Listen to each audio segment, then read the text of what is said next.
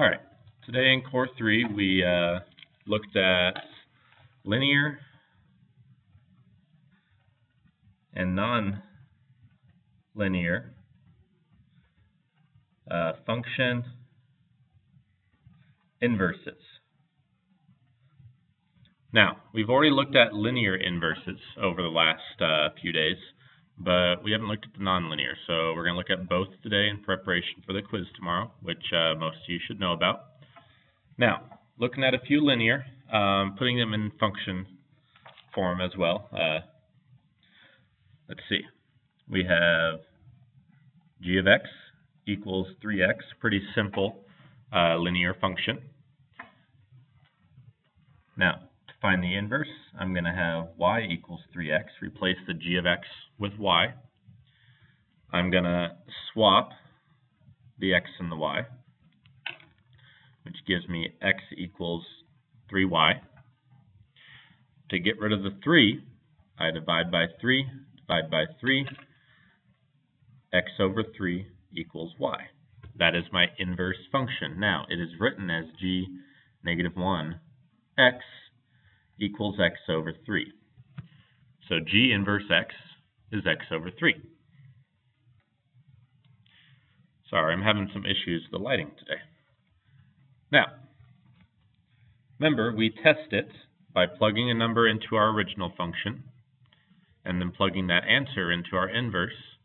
And if we get our original number, then that means it's correct. So let's try it. So 3 times 15 equals 45. So 45 divided by 3 is 15. That one's pretty simple to test. Let's look at least one more of the linear. We have h of x equals 3x plus 5. So I'm going to have y equals 3x plus 5. Swap the x and the y.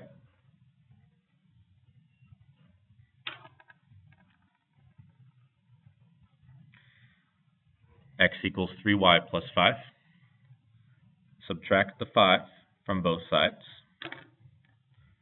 X minus 5 equals 3y.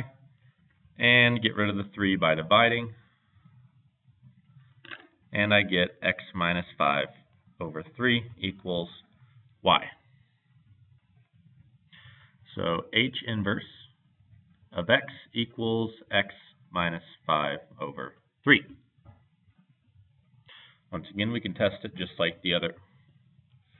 Now, let's go ahead and take a look at our nonlinear equations. Now remember, nonlinear just means that the graph of the function will not be a straight line. So the first example we had is g of x again equals 7 over x plus 4.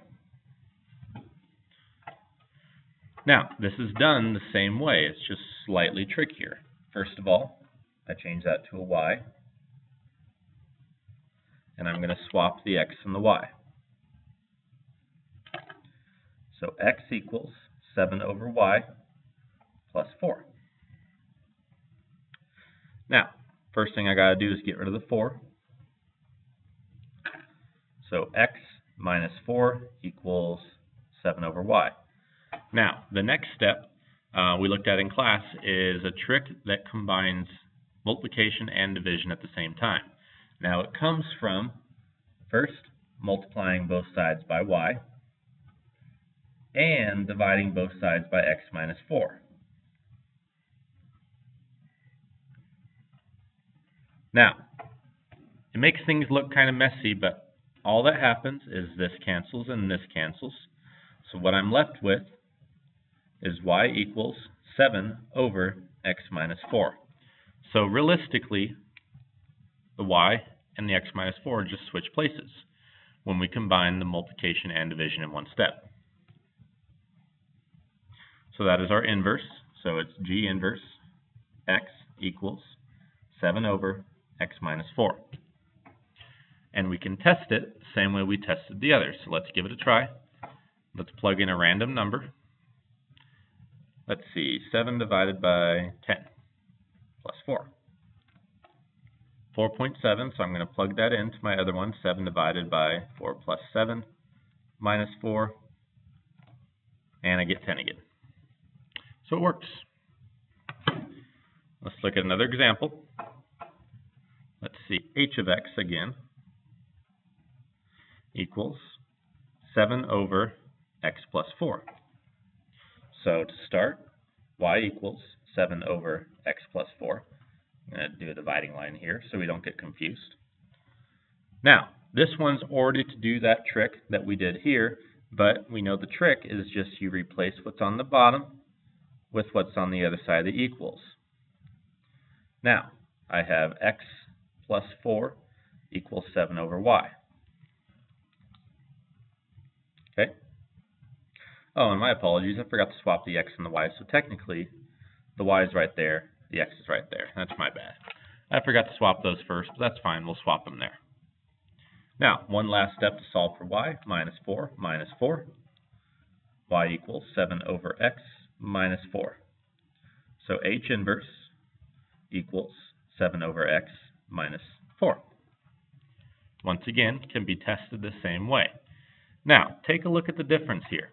If the plus 4 is on the outside of the fraction, then it winds up on the inside as a minus 4. If the plus 4 is on the inside of the fraction, then it winds up on the outside as a minus 4. So there's some connections that you can make that can speed up the process for yourself. Now, there are a couple other tricks we looked at today in class that should be able to help you with the quiz tomorrow, so I'll leave that to people who had the notes from today. Hope you're ready for the quiz tomorrow.